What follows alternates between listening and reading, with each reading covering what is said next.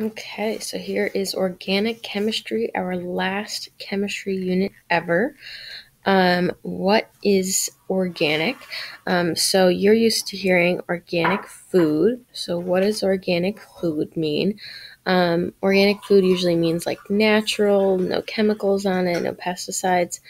That's not exactly what it means in chemistry. I think they kind of borrowed the word from chemistry. It does kind of mean natural though, in that like all living things are organic. So under that definition, all food's organic because it all came from something living. All right, so it doesn't exactly mean organic food means natural, no chemicals. Organic chemistry, it comes from living things.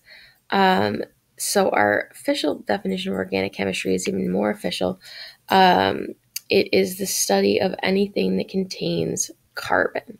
Um, we do look a lot at hydrocarbons, which are molecules made of mostly or of completely of hydrogen, and carbon, hydrocarbon.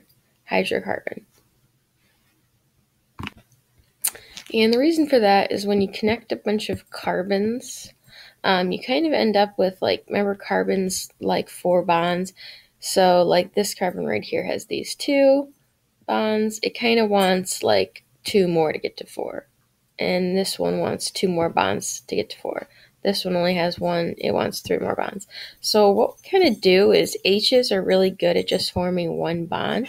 Oops, I do it myself. So H's kind of get stuck in places where we need one more bond. So you do, although organic chemistry is the study of carbon, you're going to see a ton of hydrogen because it's just really good at filling those extra bonds. All right, so why is carbon so special that it gets its own field of chemistry? So carbon is in group 14, which means it has four valence electrons. So it's looking to have, if everybody wants to get to 8, it's looking for 4 more. And however many more you want is how many bonds you'll form. So if you want 4 more, you're looking to form 4 bonds. All right, so that's kind of the max number.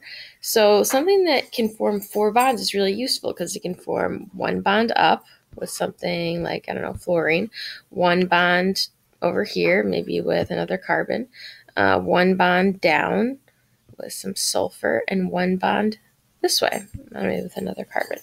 All right, so it's really good at making like big chains and rings and networks because it can form a bond up, down, left, and right.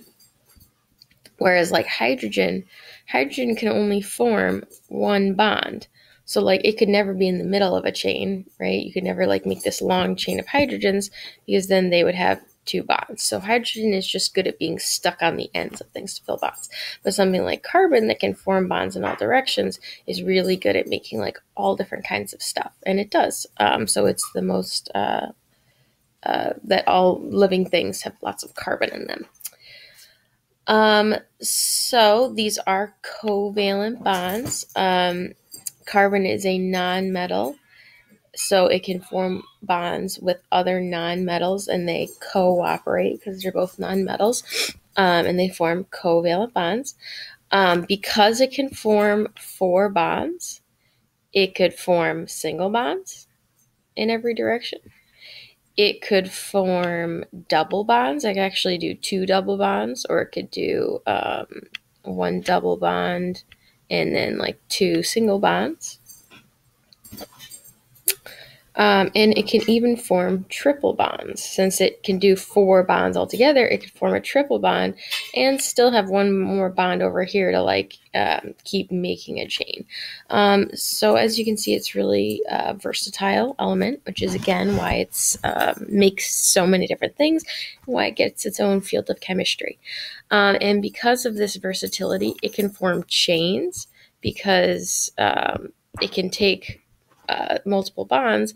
It can have like this carbon could have a bond on this side and a bond on this side. It can have like bonds on either side of it to make like really nice long chains. They can even have double bonds in there because they're, and still put something like an H off of here because it can form 4 bonds. So it can do chains. It can also do rings because, again, it is able to form so many bonds that it has like plenty of bonds. It can even like have doubles mixed in there, double bonds. It's able to form rings again because it can form so many bonds. Oops, my alarm. Wait, make sure I'm up.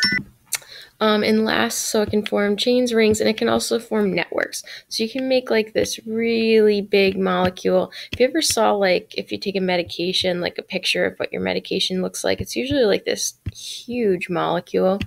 Well, certain medications are. And kind of an elaborate network of different bonds. So we say it can also form networks. It can form like this huge network of different bonds.